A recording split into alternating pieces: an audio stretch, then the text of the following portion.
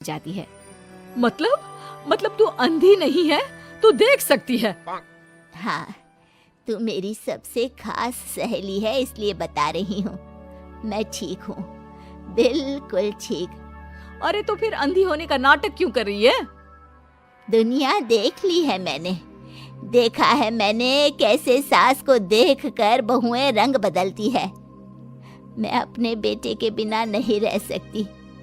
पति का साया तो पहले ही उठ गया, बेटे को बहू ले गई तो क्या करूँगी। सारा काम कर देती हूँ, वो इसी में खुश है। सहेली निशा की सास को गले लगा लेती है। लेकिन झूठ बोलकर कब तक? अरे कब तक ऐसे रहेगी? थोड़ी ही देर में बाहर से बेटा बहू के आने की आवाज आती है।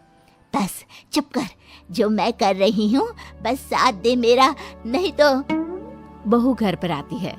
सामने 2 कप में चाय, शादी के एल्बम और कुछ खाने पीने का सामान रखा था। माँ जी, कुछ खाया आपने?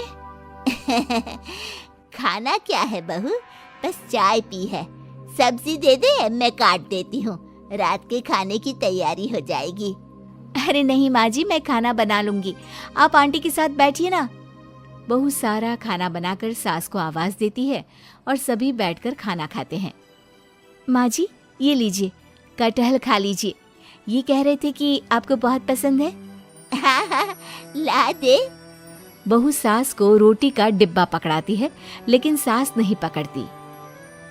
वो कटहल देना बहू। बहू जल्दी से सास को कटहल दे देती है।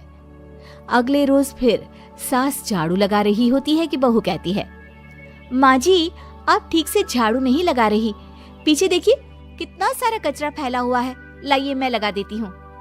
सास डर जाती है और पीछे देखती है। कहाँ बहू?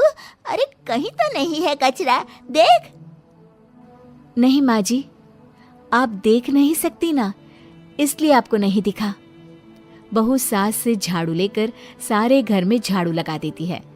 सास अब जो काम करने जाती, बहू उनसे छीन लेती। क्या बात है बहू, आजकल तुम मुझे कोई काम क्यों नहीं करने देती? माँ जी, काम ही क्या है, हम 3 लोगों के लिए खाना और 2 कमरे की घर की सफाई, ये तो मैं आसानी से कर सकती हूँ।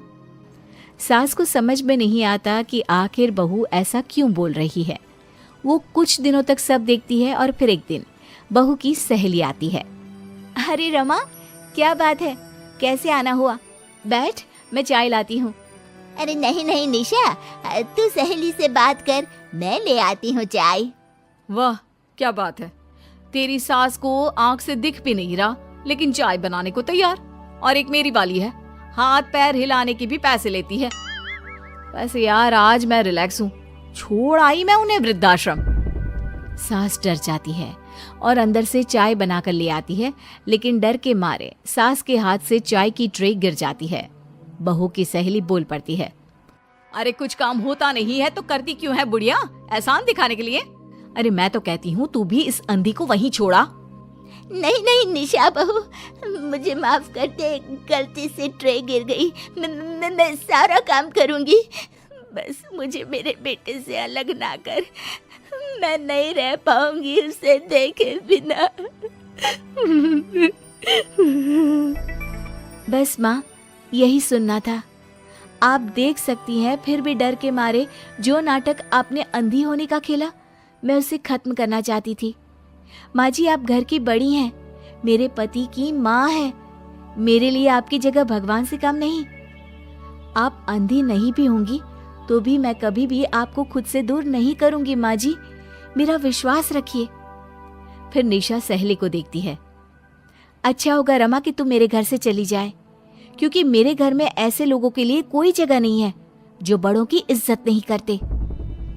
सास चैन की सांस लेती है। जीती रहे बहू, जीत।